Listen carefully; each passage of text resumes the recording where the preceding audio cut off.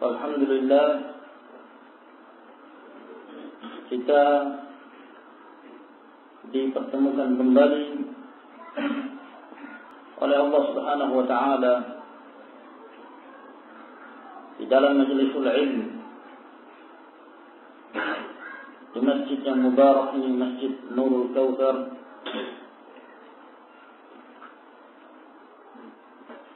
yang mana kita berkumpul untuk kembali melanjutkan pengajian kita dalam memahami firman Allah Subhanahu wa taala. Dan sungguh di dalam hadis yang sahih yang diriwayatkan oleh Imam Bukhari dari Utsman bin Affan, Rasulullah sallallahu alaihi wasallam telah menyatakan, khairukum man ta'allama al-Qur'ana wa 'allamah. Sebaik-baik kalian adalah yang mempelajari Al-Qur'anul Karim dan yang mengajarkannya. Dan semoga kita dijadikan oleh Allah Subhanahu wa taala untuk mendengarkan satu kebaikan dari firman-firman Allah Subhanahu wa taala, lalu kemudian kita berusaha untuk mengikutinya. Ikhwan fillah, a'azzana Allah wa iyyakum. Sebagaimana yang telah kita tetapkan bahwa kita akan menjelaskan tentang tafsir juz' amma. Namun sebelum itu kita menjelaskan terlebih dahulu surah yang menjadi surah yang pertama dan membuka Al-Quran Al-Karim, yaitu surah Al-Fatihah. Disebabkan karena surah ini yang merupakan induk dari Al-Quran Al-Karim,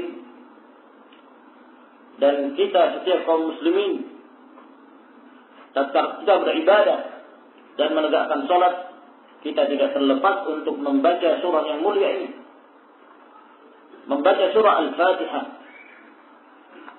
Sebab telah dikatakan oleh Rasulullah sallallahu alaihi wasallam di dalam hadis yang diriwayatkan oleh Bukhari dan Muslim dari hadis Ubadah Ibnu Samit, bahwa Rasulullah sallallahu alaihi wasallam bersabda, la salata liman lam yaqra bi Fatihatil Kitab.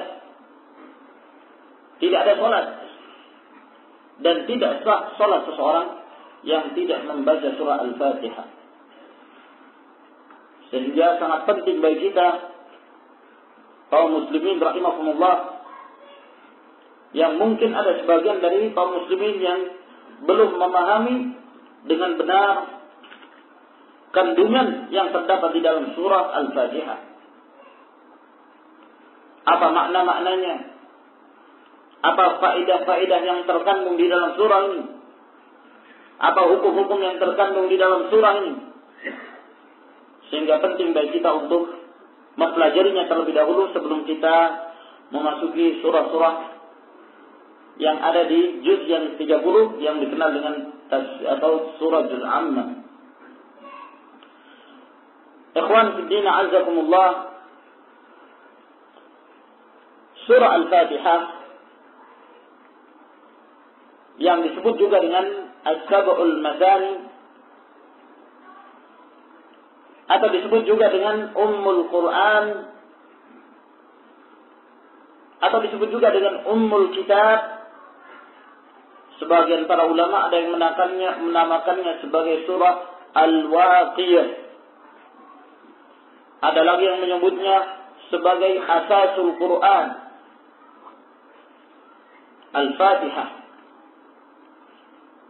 Disebut surah ini dengan suratul Fatihah karena surah ini membuka Al-Quranul Karim.